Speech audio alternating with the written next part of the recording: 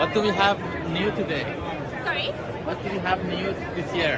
What we have here? Yeah. Yes, in this lab, we have an intelligent platform for the web takeoff, with everything is embedded in the platform from security to AI and this everything. It is also very AI agnostic, so we can do both in the cloud and on-prem and self-managed together. We have a very strong collaboration with AWS, as you can see here today.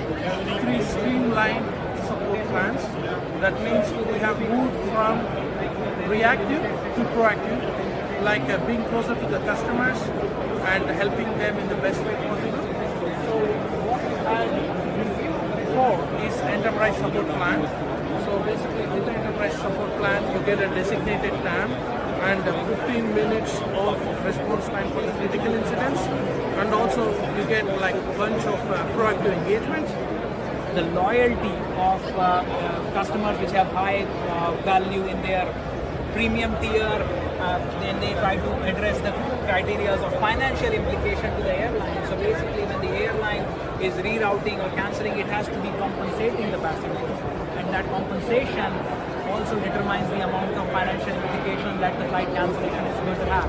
Similarly, the welfare of the customer, so basically when the humans that are the passengers are traveling, are they part of a family, they have young kids with them, are they elderly people? So depending on those criteria, the plan to relocate or allocate it picks up this issue and it implements it in that cloud sandbox autonomously. You can just close the laptop, it does everything in the cloud. At the end, it opens the pull request for you to review. So basically you give a task and then you have the pull request.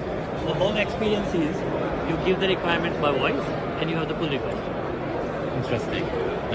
How is it different with you writing the same prompt? Because normally, like in how human brain works, is you don't put all your thoughts together in like one go. You go back and forth, then you write your ideas, then you connect the dots. Hey, maybe my assumption was wrong, you know. So this. We use AI and machine learning to automate some of the steps, to remove developer toil, make it easier and faster and more secure to make software changes. Interesting. What is different comparing to your competitors? There's a couple of things. I think one, we automate some of the testing that's done. A lot of companies today spend a lot of time running tests when they're building artifacts, which slows down their build time. You can tell us how is the Harness platform different? So the Harness platform is different in a few different ways. The first one, AI is in everything we do, and as you can see here, whatever you use within Harness, if you use Harness for CI, CD, for feature flag, resilience, whatever it might be, you will always have these AI agents, dedicated agents within the whole software delivery platform. And in order to make these agents even more smarter, if you want, we also have our software delivery knowledge graph. And this software delivery knowledge graph will provide the right context to the agent. It will understand what are your pipelines, what are your environments, and how do you actually work today. And then in order for Python, JavaScript, and Java from the ground up, and provide them free of vulnerabilities. We say free, but it's 0 to low vulnerabilities, because some vulnerabilities are a little bit more difficult and sort of linger a little bit longer. But for the most part, every day you do get your favorite open source software for completely container or vulnerability free, and it's something that offsets a lot of pain for developers, security teams who are struggling to keep up with increasing AI attacks. We have all the, everything is going faster and faster. Things that we saw before that was like, every few months we saw a really bad attack. Now it's 2 to 3 a week. And so I think a lot of people are feeling the pressure right now on patching their software, making sure that things are, squeaky clean, especially if you're in regulated industries, if you're in, air gathered environments, if you're in government, if you're in, any of these things. Like it's a big kind of driver right now. So, yeah. Let me have a quick look. Yeah, absolutely. So this is our images catalog, where you can kind of get a quick preview. The TV screen is off. So it might be better to look at the laptop version of it. That's traditionally where we come from. The ethos behind Sneak has always been how can we fix vulnerabilities as early as possible within the SDLC. So integrating into developers' IDE, CI/CD pipeline, PR requests, etc. Recently, we've also introduced our DAST scanning capabilities and secret scanning capabilities to ensure you have full visibility over your software development lifecycle, and you can pick up vulnerabilities throughout. From a DAST perspective, it's been really interesting. Recently, we launched our DAST-SAST correlation. So the vulnerabilities that you're finding within your DAST scanning, you can then correlate those back to the source code and really quickly mitigate those risks and vulnerabilities.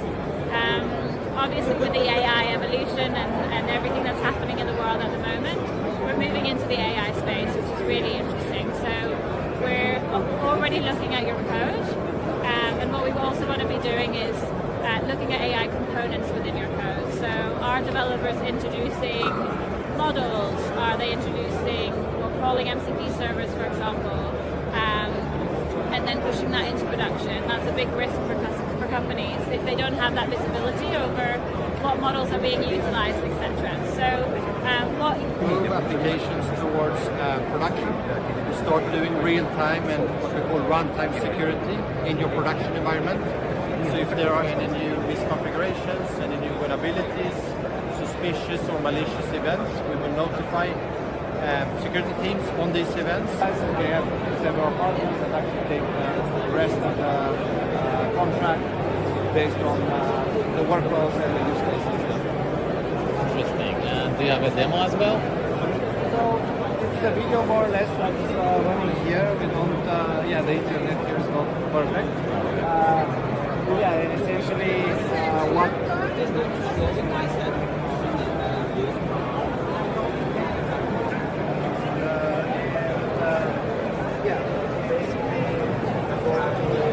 data sources, these are kind of this is unstructured data sources, so these are documents. You can see down the documents, you can see if they're synced or not with the respective data sources to follow, essentially.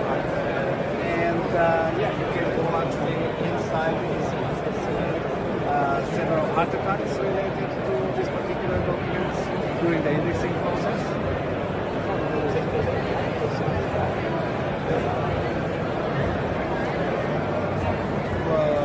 Fluent proficiency, and we support 121 languages that are decent but not perfect. Actually, AgenTech controls a whole lot of different tasks to alleviate this issue very quickly. The other thing that you can do is you can link into a parts database, right? So if the fix requires a part, you can tell us exactly what part is required. You can also look at an inventory level. Yeah. So you can actually look at the bill of materials for the track itself and say, this is the exact part which is failing. This is what you need to reload, right? Or this is what you need to take with you to reload again, right? And basically, you can pass that information to either an engineer. If there isn't a part available in the vicinity of the area, you can do a procurement request, you can do a production request for a part to be created, or a part to be supplied. Yep. You can compare suppliers to try and get a part as quickly as possible, or at a specific price point. So depending on criticality.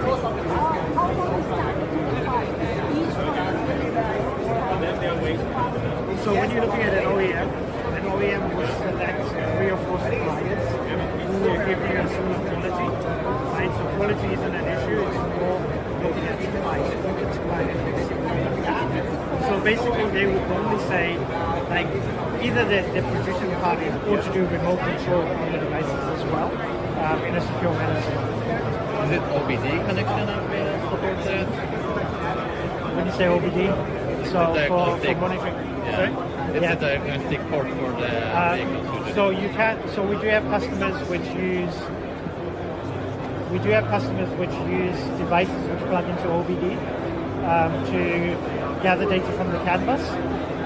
But for a lot of Essentially, this platform is putting it into S3. So using S3 as a data store for our raw data, and then being able to process that data so that we can then run machine learning on top of it. We can process it into iceberg format in order to make it more efficient to query. And then ultimately that gives us access to higher level insights through AI, and also to run additional analytics over that data set. We're demonstrating that here. For example, I have some example properties here. The credit assessment is going to be checking APIs from multiple routes to see where do you stand as a civilian. Are you owing the government currently? Do you have any pending liabilities? To come up with a recommendation. And then, importantly, what is your run rate? Because how do we know if this is a responsible person when it comes to spending? So it's to check your expense rate. Because that helps us, even using simple mathematics, statistics, you are able to calculate when the person can pay. It uses all this to come up with a recommendation. The recommendation then comes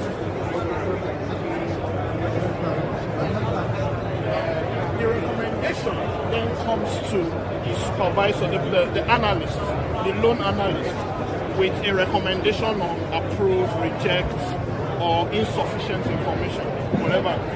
But when you think about it in terms of the productivity of the person who needs to make the decision, that person can go through a large number of loan applications in a day.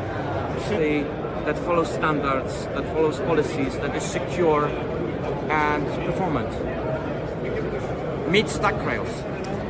It is a solution that is aimed at both developers as IT managers and executives.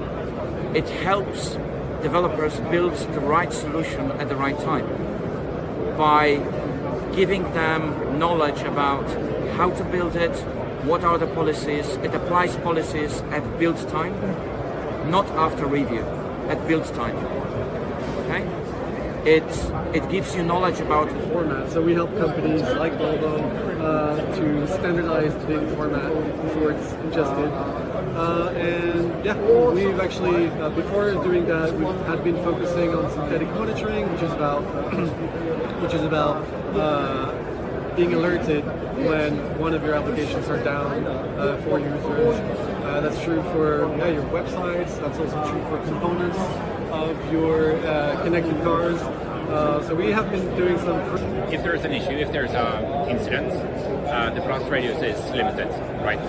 So if there is a mistake, you can quickly turn it off, meaning you can disable for like really surgical down to the end users, if that makes sense, or into end car or whatever.